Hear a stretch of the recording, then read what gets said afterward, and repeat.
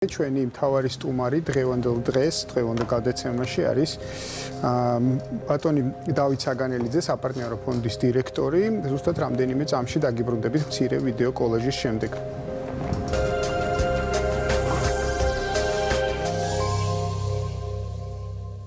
მე პრეტენზია მაქვს, რომ ჩვენ გვაქვს იმისი პოტენციალი, გვაქვს იმისი საშუალება, გვაქვს იმისი რესურსი, ადამიანური, ფინანსური არა. გვაქვს იმისი რესურსი უცხოელებთან ურთიერთობის, ინვესტორებთან ურთიერთობის, რომ ჩვენ საქართველოში ძალიან სერიოზული, უმნიშვნელოვანესი ეკონომიკური პროექტები წავწიოთ და განვავითაროთ. მაგრამ ამისათვის სჭირდება, რომ ფონდს ჰქონდეს ძალიან კარგი რომელიმე ევროპულ მოდელზე აწყობილი სტრუქტურა და მართვის მექანიზმი. თუ ეს ვერ მოხერხდა, ჩვენ ამ დიდ გეგმებს ვერ გავაკეთებთ. მთავრობა ამაში მხარს გვიჭერს და საბოლოო ჯამში დოკუმენტს ვერ გაეცნობს. რაც შეიქმნა თავის დროზე, ძველი ხელისუფლების დროს, მიხეილ სააკაშვილის დროს, სულ სხვა მიზნებით შექმნილი სტრუქტურა, რა თქმა უნდა შეცვლილიყო და უნდა შეიცვალოს, იმიტომ რომ მას სხვა მიზნები და ამოცანები ჰქონდა, სულ სხვაგან წასული და დღეს იმ მიზნებს და ამოცანებს, რასაც ფონდი ასრულებს, ანუ ქვეყნის ეკონომიკის გაჯანსაღებას, იმ სტრუქტურით ვერ ასრულებს.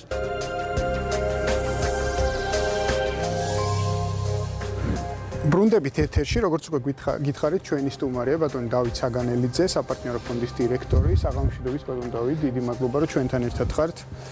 საღამომშვიდობის და პირიქით ურმესი მადლობა, რომ მომეცა საშუალება თქვენთან საუბრის და პირველ რიგში რა თქმა უნდა საზოგადოებასთან. დიდი პატივია ჩემთვის. მადლობა. ცირა მთელი გასული კვირა შეიძლება 2-იც კი გავიდა იმ საუბარში, რომ თქვენ ბრძანდებოდით პარლამენტში, შემდეგ ჩვენთანაც იყავით ერთ-ერთ გადაცემაში, ჩვენს ტელევიზიაში, სხვა ეთერებში ბრძანდებოდით. სულ იყო საუბარი იმაზე, რომ საპარტნიორო ფონდი საჭიროებს რეფორმირებას და ეს არ არის ახალი საკითხი, ადრეც გისაუბრეთ ამ თემაზე. მე მგონი დღიდან იმისა, რაც დაინიშნეთ ამ მიხვედით საპარტნიორო ფონდში. პარლამენტის დროიდან საუბრობთ იმაზე, რომ რეფორმა არის საჭირო. და თითქოს დღეს რაღაც გარკვეული თანხმობა არსებობს რეფორმასთან დაკავშირებით. პრემიერ-მინისტრი ეთანხმება ამას, ეკონომიკის მინისტრი ეთანხმება ამას. მოდით, უპირველეს ყოვლისა იმას გაუსვათ ხაზი და ის აღვნიშნოთ, იმიტომ რომ ეს შესავალი იმისთვის გაუკეთე, რომ საზოგადოება მიცოდეს, რომ რეფორმაზე თანხმობა არსებობს, მაგრამ რისთვის გვჭირდება ეს რეფორმა? რა უნდა მივიღოთ ახალი საპარტნიორო ფონდისგან? რა უნდა უზრუნველყოს მან? რა ტიპის ეკონომიკური აქტივობის წახალისება უნდა უზრუნველყოს საპარტნიორო ფონდმა ქვეყანაში? მადლობთ, ბატონო გიორგი. რა თქმა უნდა, ძალიან აქტუალური კითხვა გახდა ამ ბოლო პერიოდში განსაკუთრებით, დაინტერესება დიდია, მაგრამ მოდი დავიწყებ იმით, რომ ძალიან ბევრი ვინც ამაზე საუბრობს სამწუხაროდ ვერ ერკვევა თუ თვითონ ფონდი რა არის. თვითონ ფონდი რა ფუნქციებს ასრულებს, რა გაუკეთებია, ან რა პრეტენზიები აქვს. ძალიან მოკლედ ვიტყვი ამის შესახებ, რომ არ შეგაწუხოთ ზედმეტად თავი. ფონდი, რომელმაც თავისი არსებობის 8 წლის განმავლობაში მოახერხა, რომ საქართველოში შემოიტანა 2.5 მილიარდი ამერიკული დოლარის ინვესტიცია. ფონდი, რომელმაც შექმნა და დაარსა იმ მიმართულებით, რომელიც სტარტაპები იყო და ბანკები ხშირ შემთხვევაში არაფინანსებდნენ, უпростоეთ უმეტეს შემთხვევაში თითქმის არაფინანსებდნენ, რეგიონულ ჭრილში, დარგობრივ ჭრილში თუ სხვა მიზეზების გამო შექმნა საქართველოში ათეულობით სხვადასხვა მიმართულებით, სხვადასხვა სექტორში მრავალი ბიზნეს საწარმო დასაქმდა 1000-ობით არა, ალბათ 10,000-ობით არ დამითვლია სიმართლე გითხრათ, რამდენი ადამიანი შევიდა და შედის ბიუჯეტში ათეულობით მილიონი.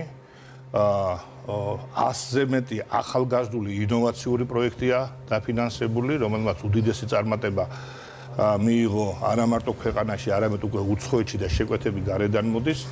ფონდი, რომელიც არის რეგიონალური პარტნიორი ისეთი უდიდესი ფინანსური ინსტიტუტების მსოფლიოში, როგორიცაა იტალიური საჩე ექსპორტის სახალისების სააგენტო, უნგრული, ჰოლანდიური, ასევე ექსიმ ბანკები, სლოვაკეთის ექსიმ ბანკი,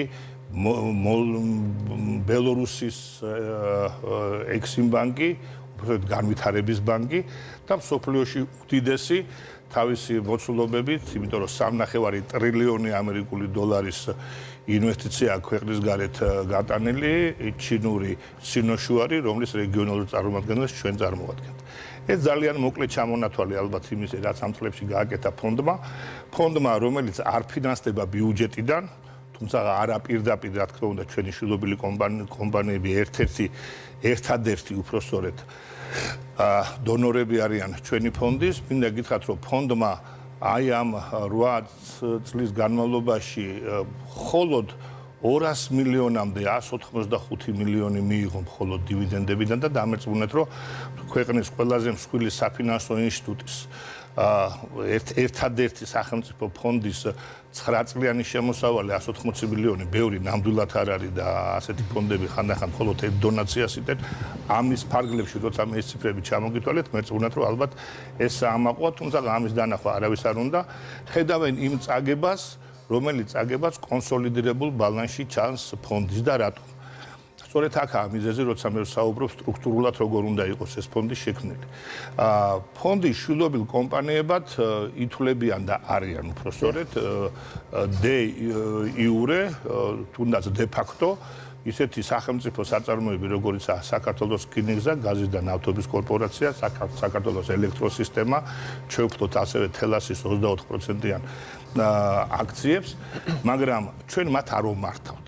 არანაირი მართვის მექანიზმები არ გაგვაჩნია და პირდაპირ უნდა გითხრათ, რომ თავიდანვე დადებული აქვს კონტრაქტი, რომ მათი მართვა მთლიანად არის გადაცემული შესაბამის სამინისტროსთან და არგობრივ სამინისტროსთან. ჩვენ მხოლოდ შემოსავლის წყაროდ გვიფიქსირდება მათი დივიდენდები.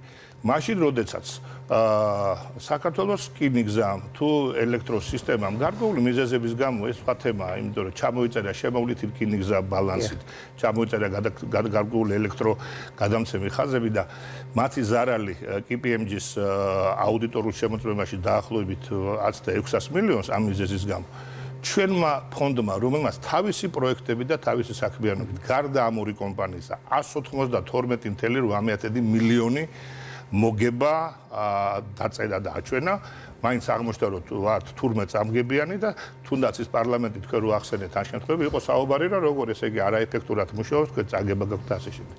სწორედ ეს არის ბატონებო ალბათ იმის მიზეზი რომ 2011 წელს შექმნილი საპარტნიორო ფონდი, რომელსაც მაშინ გარკვეული ამოცანები და მიზნები ჰქონდა, როცა იქმნებოდა და მე მიმაჩნია, უნდა ობიექტური ვიყო, რომ სწორი იყო პრინციპში ის ამოცანა, როცა ფიქრობდნენ, რომ შეიქმნათ ქვეყანაში ფონდი, სადაც შეიტანდნენ გარკვეულ წილ აქციებს და მაშინ 25%-ის აქციები იყო მხოლოდ გათვლილი კაპიტალის მოსაზიდად.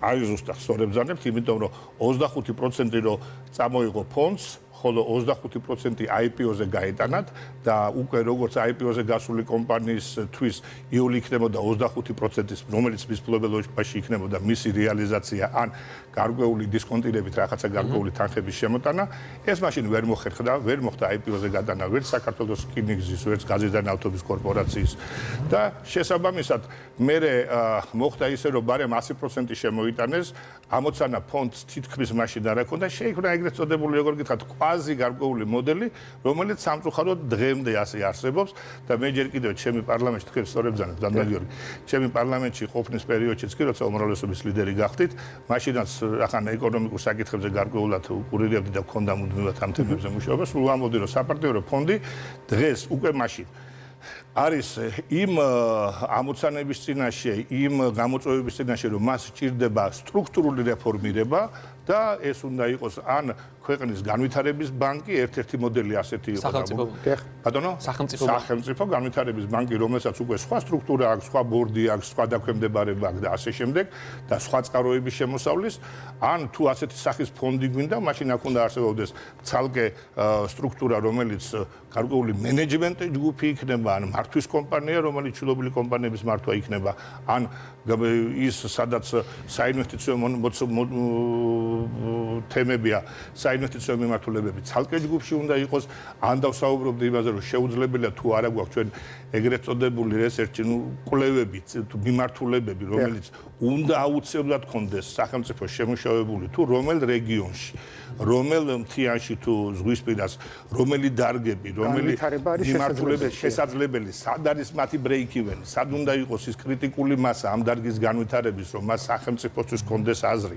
და შესაბამისად, სად უნდა გააკეთოს ფონდმა აქცენტები, ეს ჯერჯერობით სამწუხაროდ კიდევ არ არის იმ ეტაპზე და იმ დონეზე, როგორიც სასურველია. და სწორედ ამის გამო ფონდი სხვადასხვა პროექტებსაც აფინანსებს, რომელიც არ არის მომგებიანი. თუმცა პოლიტიკურად თუ ქვეყნისთვის ძალიან მნიშვნელოვანია. მაგალითად, ერთს გეტყვით თუ ან ორს რუხის სავაჭრო ცენტრი, რომელიც 400 მეტრშია საზღვრიდან, რომელმაც ფანტასტიკური ფუნქცია შეასრულა, თქვათ, იგივე ჩვენ დამოკიდებულებაში აფხაზეთის მოსახლეობასთან, ჩვენ აფხაზ და ქართველ ძმებთან, იმიტომ რომ ძალიან განვითარდა ეს ურთიერთობა. კომერციულად ეს სულთა არ ამომგებიანება. ჩვენ კომერციული სტრუქტურა ვართ. ან რომანოვების სასახლე, რომელიც მარგალიტია ჩვენი ქვეყნისთვის და რომელიც უმძიმეს მდგომარეობაშია, რომელსაც ჭირდება შველა, მაგრამ მისი რეაბილიტაცია, მისი აღდგენა ქვეყნისთვის უპირველესი საქმეა, მაგრამ სულთა შინაარსობრივად შეიძლება ეს არ იყოს ფონდის საქმე და შესაბამისად მე ვინმე თქვას, რომ აი ეს პროექტი არის წამგებიანი და რატო აკეთებს პროექტი ასეთი ტიპის. და კიდევ ერთ დავამატებ ბოდიში, რახან ამ თემას შევეხე მართვაზე, ჩვენ ბორდში გარდა 4 მინისტრისა და ბორდის თავმჯდომარე ბრძანდება პრემიერ-მინისტრი, ყავს დღემდე, თუმცა უკვე შეიცვალა და ალბათ უახლოეს დღეებში შეიცვლება ეს ყველაფერი ხელმოწერაზეა პრემიერთან. აი ხა ბოლო ხანებში დაჩქარდა კიდევ 4 კომერციული ბანკის წარმომადგენელი და ხელმძღვანელი, რომელიც ადარაინად სწორი არ არის, იმიტომ რომ ბევრ პროექტში ერთ-ერთი ხანდახან ხან ერთი, ხან მეორე, ხან მესამე ბანკია ჩართული და ეს არის აბსოლუტურად ინტერესთა კონფლიქტი და არსებობს კიდევ კომერციული საიდუმლოება, რომელსაც ჩვენ არ აგვაქვს უფლება გამოვიტანოთ და როცა ბანკების ხელმძღვანელებთან ბორდზე ვაგზავნით ამას, ეს არის აბსოლუტურად არასწორი თემა.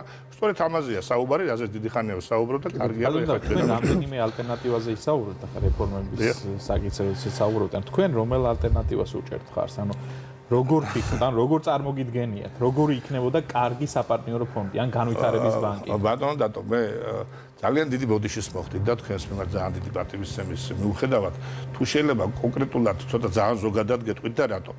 ჩვენ ეხლა გვაქვს ორ დღეში ბიზნეს ასოციაციასთან შეხვედრა და რამოდენიმე სამი ვარიანტი გაგვაქვს, მათი მოსაზრებები მოვისმინოთ. რომელიც დამუშავებული იყო KfW-ს? KfW-ს მიერ დამუშავებული იყო ერთ-ერთი ვარიანტი. სამი ალტერნატივა იყო წარმოდგენილი. KfW-ს უფრო ერთი ვარიანტი ჰქონდა, სიმართლე გითხრათ, ესაა უფრო განვითარების ბანკის ვარიანტი. ძირითადად ისინი ამ პოზიციას ემხრობოდნენ მაშინ.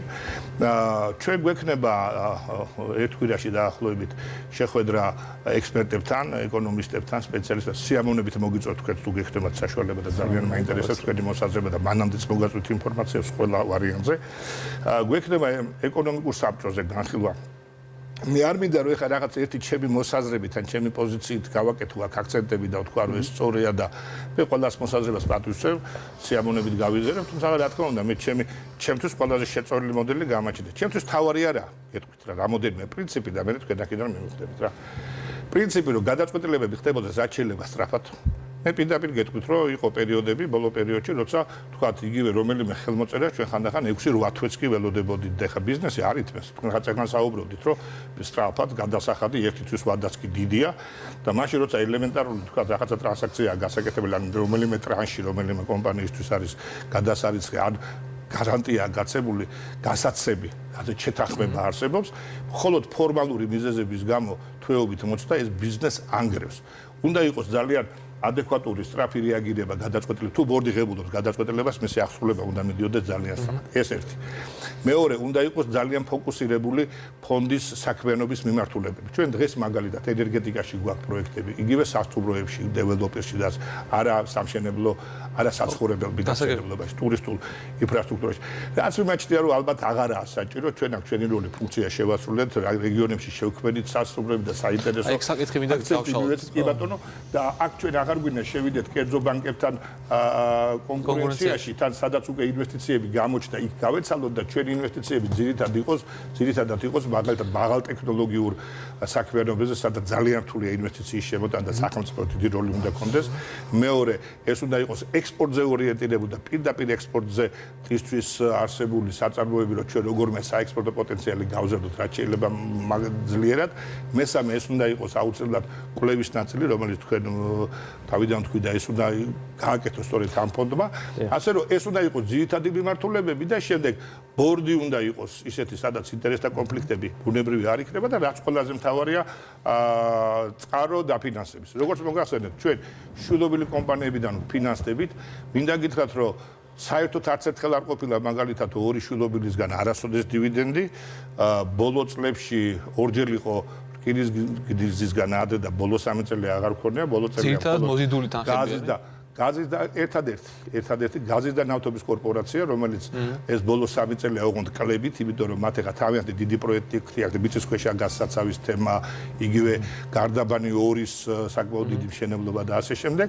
მოზიდული ეს იყო კრედიტ სვისის 150 მილიონიანი კრედიტი, რომლის ნახევარი ჩვენ უკვე გავისტუმრეთ, მაგრამ უნდა გითხრათ, რომ საკმაოდ მძიმე პირობებში, იმიტომ რომ ჩვენ როგორც სუვერენული ფონდი არა ვართ, ამიტომ შესაბამისად გვიჭირს ასეთ კრედიტების აღება და შესაბამისად ძვირია ასეთი ფული. ბატონ დავით, აი თქვენ პრინციპებზე საუბრობდით, კიდე ერთი შეკითხვა გამიშდა მასთან დაკავშირებით, ანუ უყურებდი დიაგრამას, სადაც არის მოცემული, ესე ვთქვათ, ძირითადი, ესე ვთქვათ, სეგმენტები, რასაც საპარტნიორო ფონდი აფინანსებდა, მეტწილად ეს იყო ენერგეტიკა დაახლოებით 80% და თუ შევადარებთ ერთი პროექტის ხარჯზეა ძირითადად რაოდენობრივად ყველაზე ცოტა, მაგრამ ნესკრა, იმიტომ რომ მოცულობით 1 მილიარდ 100 მილიონია მისი საინვესტიციო მოცულობა, მან ფინანსური მაჩვენებლით ყველას გადაასწრო. პირობითად თუ შევადარებთ, მაგალითად ინდუსტრიის მიმართულებით არის დაახლოებით 6%. ანუ საკმაოდ დიდი განსხვავება არის. სინამდვილეში ზოგადად განვითარების ბანკები, როდესაც იქმნება მაგალითად იგივე KfW-ზე როცა საუბრობდით, ხო?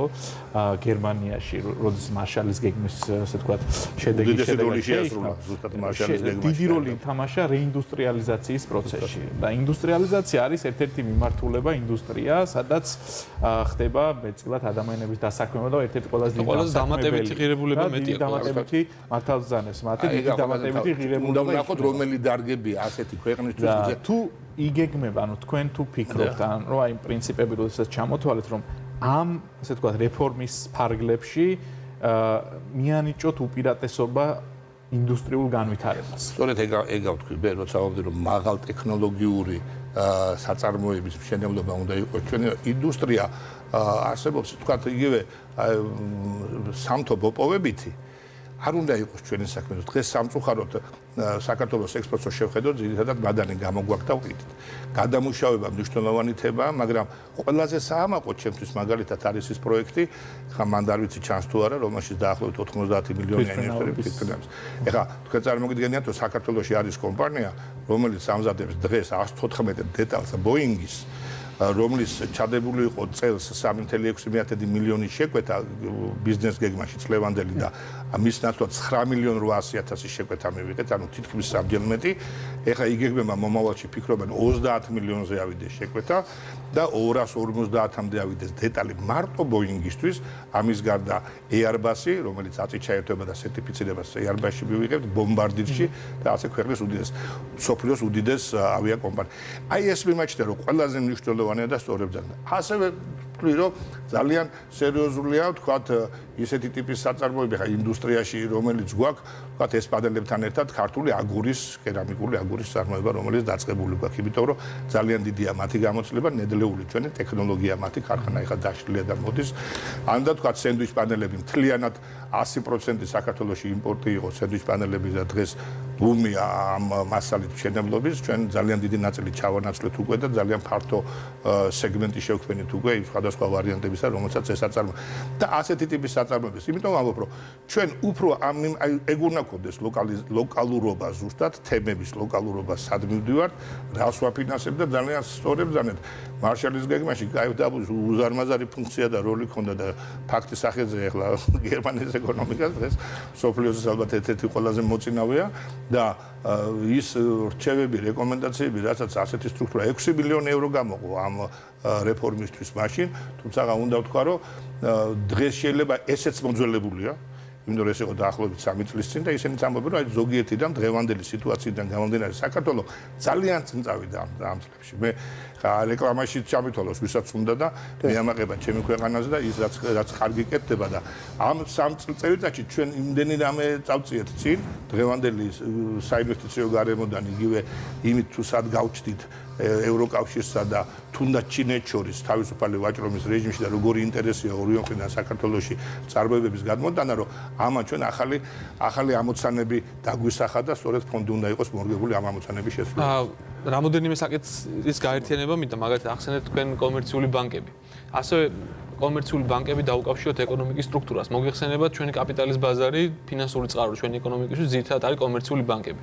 და ხშირად, როდესაც კომერციული ბანკებისადმი კრიტიკა ისმის და მე მაგალითად ვიზიარებ დიდნაკლს ამ კრიტიკის, ეს არის რომ მათ მიერ დაკრედიტებული, ანუ ეკონომიკისთვის მიწოდებული, ასე ვთქვათ, ფინანსების დიდი ნაწილი მიდის კრედიტების საყიდ და ისინი ძირითადად ხმარდება იმპორტს და ისინი არიდება წარმოების სექტორში. ანუ ის არ არის საინვესტიციო პოლიტიკა, ისინი არ არიან საინვესტიციო პოლიტიკის გამტარებლები. სხვადასხვა ამაზე ძალიან სწორად ერთი წლის წინ მე მახსოვს TBS ბანკის ხელმძღვანელმაც განაცხადა, რომ ჩვენ არ ვართ საინვესტიციო კომპანიები, ჩვენ ვართ საკრედიტო კომპანიები. მაგრამ თუ გავითვალისწინებთ ჩვენ ეკონომიკის სტრუქტურას, 93% ჩვენი ეკონომიკური ფინანსური სექტორის გახლავთ ჩვენი კომერციული ბანკები, ხო? და მე მაგალითად აქ ხედავ საპარტნიორო ფონდის ამ შემთხვევაში თუ განვითარების ბანკის ზე არის საუბარი, განვითარების ბანკის როლს, რომ ეს ხრელი, რომელიც ასე ვთქვათ, არ არსებობს ჩვენ ეკონომიკაში, რომელმაც უნდა დააფინანსოს ისეთი ტიპის სექტორები, რომელიც ვთქვათ კომერციული ბანკები ვერ დაინტერესდებიან ბუნებრივი მათი პოლიტიკის გამო, ხო?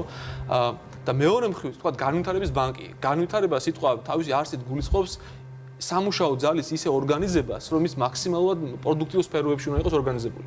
ამ მიმართულებით ეხლა მაგალითად ინდუსტრიის სექტორი, როგორც ყველაზე დამატებითი ღირებულების შემქმნელი სექტორი, ყველაზე მაღალია.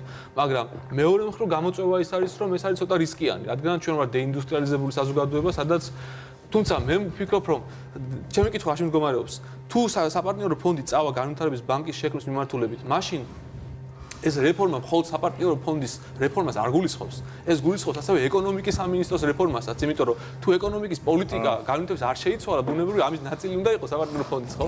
და ეს უკვე ძალიან კომპლექსური საკითხია და ამაზე როგორ მიდის შეალობა? პირველ რიგში ძალიან დიდი მადლობა, ძალიან კარგი და სწორად დასწრული კითხვისთვის და ძალიან კარგი ანალიზისთვის, სწორი ანალიზი ბრძანეთ.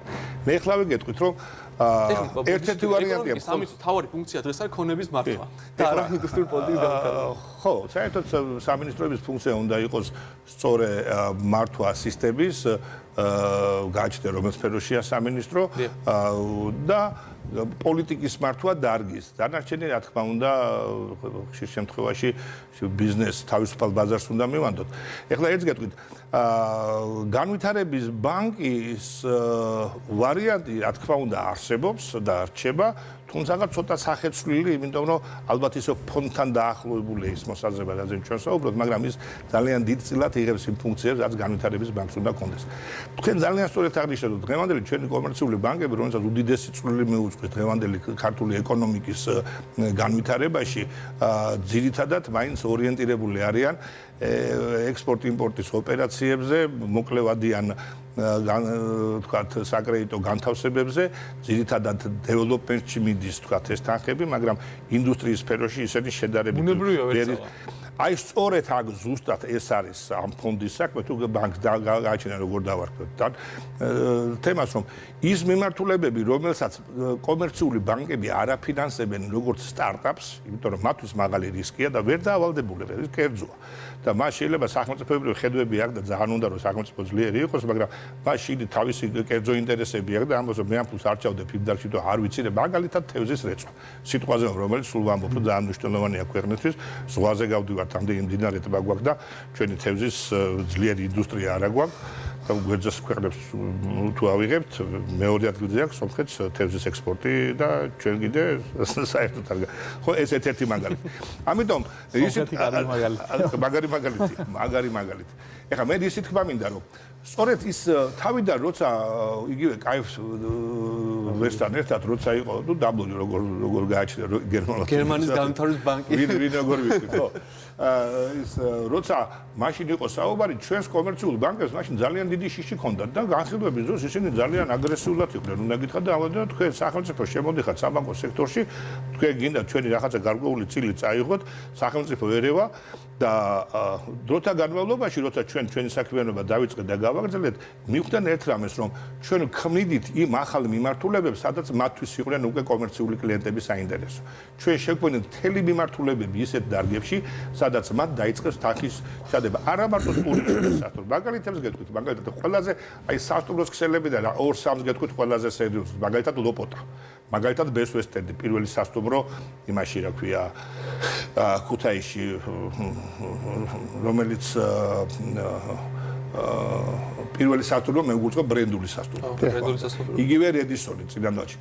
რამდენიმე თვეში ჩაგვანაცვლეს ბანკებმა. როგორც კი დაინახეს ბანკებმა, რომ პროექტი დამთავრდა, ყველაზე კრიტიკული მომენტი გაიარა, ჩაბარდა, როგორც კი დაინახეს რამდენია დატვირთვა სასტუმროების, პირდაპირ მივიდნენ და თქვეს, რომ მოდი ჩვენ ბევრად უკეთესი პირობებით შემოვალთ საბანკო კომერციული ბანკი, ვიდრე საპარტნიორო ფონდი. და საპარტნიორო ფონდი ჩვენ ხო ბუდმივად ბიზნესში არ ვწევით, რომ აძლევთ ოფციას 5-7 წლის განმავლობაში, რომ გამოგვისყიდონ, თავიანთ ქოლიან, თქვა და როდის უნდა თქვა ჩვენ გამოვიდეთ ან უთოფშენები არსებობს ეს თემა.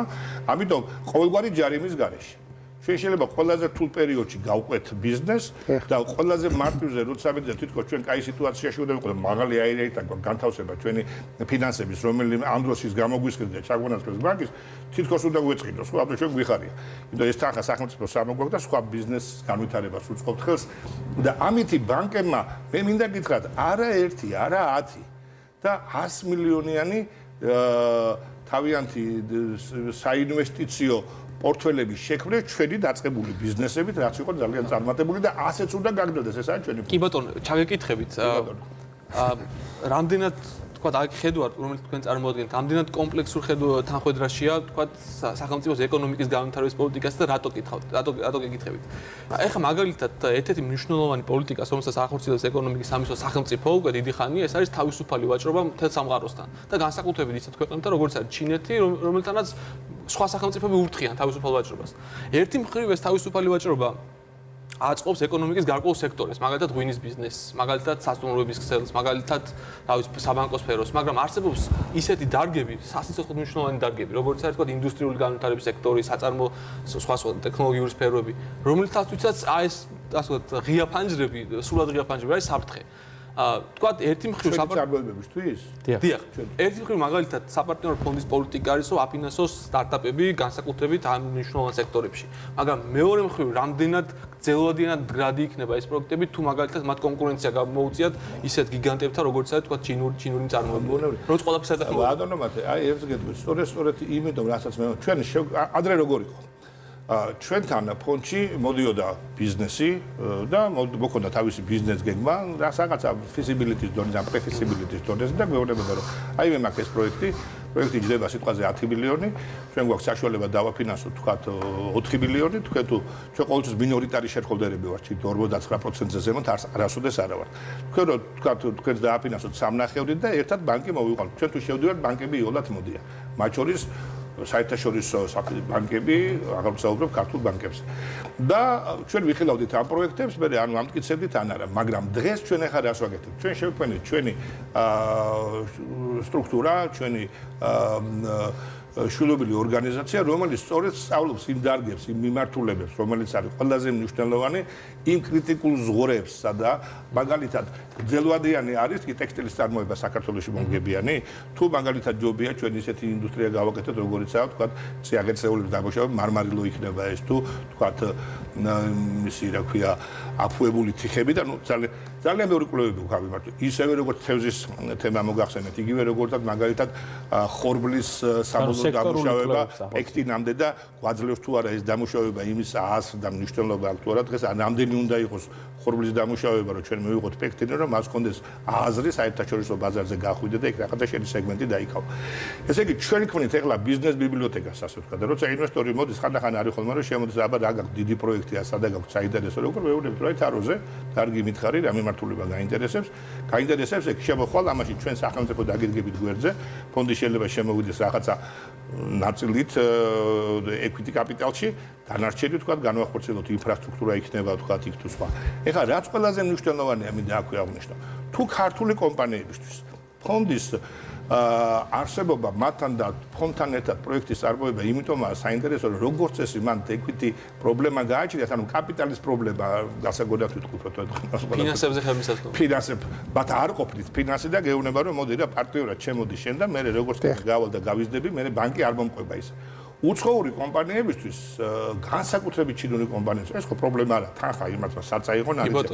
მათთვის მნიშვნელოვანია სახელმწიფოს ყოფნა მის ბიზნესში როგორც პარტნიორის, იმიტომ რომ უფრო ბევრად კომფორტულად გძნობს თავს ერთი, მეორე მან იცის რომ პრობლემა არ შექმნება, მესამე თავის ქვეყანაში იოლად მოაქვს იქიდან თანხა, თავის საფინანსო ინსტიტუტებიდან თუ ასე შემდეგ, იმიტომ რომ იქ ეუბნება რომ სახელმწიფოა ჩემი პარტნიორი და ჩვენ ჩვენ ყველაზე ხშირად ეხლა მაგალითად ვცდილობთ რომ შევიდეთ არა ქეშით, არამედ ჩვენი რაღაცა გარკვეული ინფრასტრუქტურით. ეს იქნება მიწა, რომელიც აუთვისებელია, რომ სადმე გააშენონ, ეს იქნება ძველი ნაგებობა, რომ მათ გააკეთონ ამის იგივე ტყიბულში რომ ვაკეთებ ტექსტილის ფაბრიკას, იგივე შენობებით და იმის მათი შეკითხვა უფრო ეხებოდა იმას, რომ ანუ რომ გავაგრძელოთ მათ ეს თქვა დასმული საკითხია, იმას რომ ანუ თქვენ ეხმარებით ბიზნესს, ხო? რომ ან თქვა სტარტაპებს, მაგრამ იმ პირობებში, როდესაც ჩვენ ფაქტიურად ღია ვართ, ამ ძალიან ღია ბაზარი ვართ, რამდენად არის იმის შესაძლებლობა ამ ხელა კონკურენციის პირობებში, ანუ ჩვენი პატარა კომპანიები კონკურენციაში უნდა შევიდნენ ჩინურ კომპანიებთან, ხო? ანუ ევროკავშირში, რომელსაც აქვს ძალიან ძლიერი სახელმწიფო მხარდაჭერა, იქნება ეს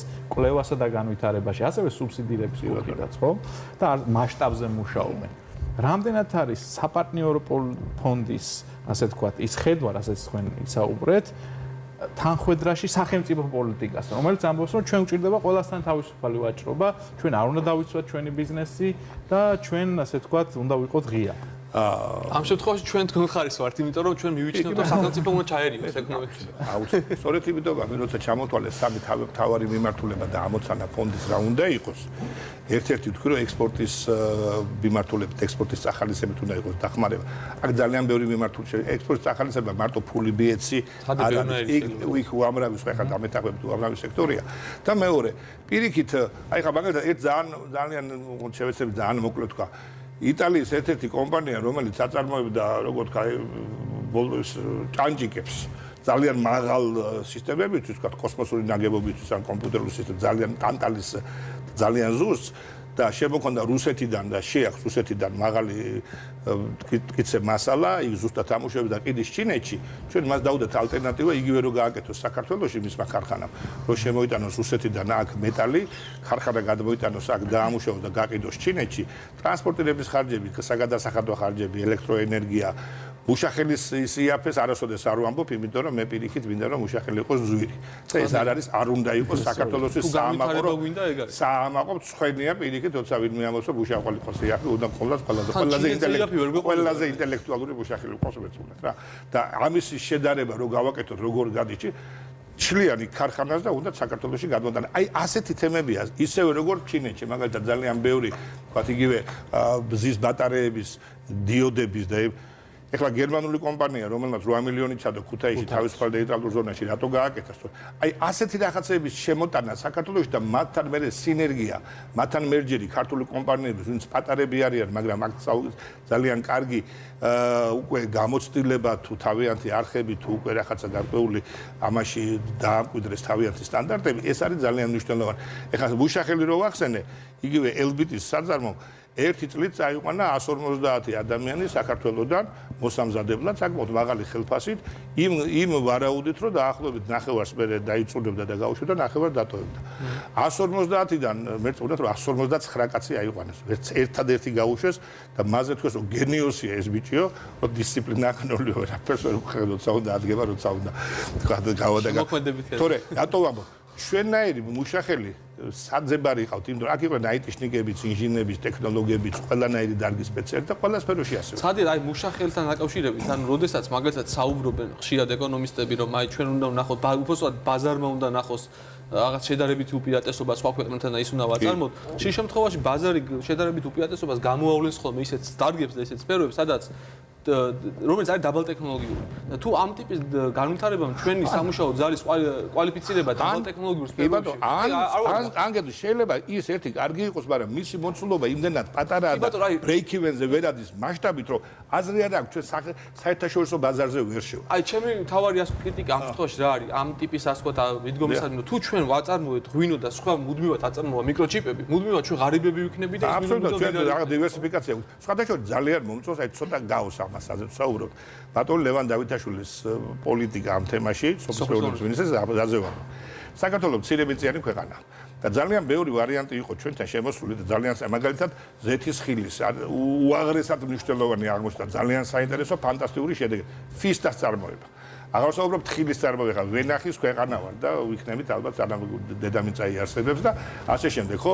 მაგრამ სწორედ ის საუბარია, რომ მაგალითად მოდი ეს 300 ჰექტარზე გაშენდეს, ეხლა რა ზუსტად უყურებს სოფლის მეურნეობის სამინისტრო, რომ რამდენად ამ 1 ჰექტარი მიწიდან რა ჯობია აქ ჩაი ავიყვანოთ, ხილი გავახაროთ, ფის და თუ რომელია უფრო იბიცაზე მნიშვნელოვანი რომ ანუ მაღალ შემოსავლიან. ეხლა ეს რო გადაიტანო ინდუსტრიაში, ეს სოფლის კარგად აჩას. თხილი ჯობია, სიტყვაზე თუ კაკალი. თუ ვენახი. აი მარტივ მაგალითად იგივე ინდუსტრიაში რომელი მიმართულება განავითარო, გიორგი ძალიან გადავაჭარბე. მაგრამ თქვენთან საუბარი მადლობა რომ იყავით ჩვენთან ერთად ბატონ დავით. ძალიან მოკლედ რო გითხრათ, როდისთვის იგეგმება საბოლოო ჯამში ამ რეფორმის თქვათ დასრულება, ასე ვთქვათ. მე გეტყვით ერთ რამეს, რომ ალბათ ციკლი ასეთი უნდა იყოს. გაივლის ალბათ ჩვენი რეფორმა სამინისტროებსაც, ეკონომიკურ საბჭოსაც და შესაბამისად მთავრობა საბოლოო მოდელს დახვეწავს და საბოლოო მოდელი შევა პარლამენტში. ეს ვერ მოხდება შემოდგომაზე ადრე, რომ მოგეხსენებათ ახლა უკვე პარლამენტი ადრედეგებზე. იმედი მაქვს, რომ შემოდგომისთვის საბოლოო ვარიანტი, შეჯერებული ვარიანტი, რაზეც არ ვისაუბრებ, ხო, რომელი იქნება ბოლო. მაგრამ დაახლოებით ორიენტირები მივხვდით. გასაგებია. სექტემბერში, ოქტომბერში ალბათ შევა პარლამენტმა უნდა განიხილოს რა მოეწონება რა არის საბოლოო ჯამში. ალბათ ეს იქნება სწორედ. ისევ ვამბობ. აბახათ არ ჩამითვალოთ რა ძალიან გთხოვთ რა ციფრები მეორე არა ვთქვი კიდე. ფონდი რომელსაც ამდენი სასიკეთო საქმეა გაკეთებული და რომელსაც ძალიან დიდი პოტენციალია ქართულ ეკონომიკაში რომ თავისი სიტყვა და როლი თქვას. რომელსაც დღეს უკვე ძალიან დიდი ავტორიტეტი აქვს ძალიან ბევრ უცხოურ ქვეყანაში და ბევრ საბანკო ინსტიტუტთან და საქართველოში ძალიან ბევრი ვითომ დარგის სპეციალისტი საერთოდ წარმოდგენა არ აქვს ფონდი რას აკეთებს და მარტო რაღაცა ზეპირი ციფრებით საუბრობს. ფიქრობ რომ ამ ფონდის პოტენციალი ქვეყნის განვითარების საქმეში და ქვეყნის მომავლის საქმეში მაქსიმალურად უნდა იყოს გამოყენებული და იმედი მაქვს რომ ჩვენ ამას მივახცევთ. დიდი მადლობა ბატონ დავით, ჩვენი სტუმრები ყავით, წარმატებებს გისურვებთ.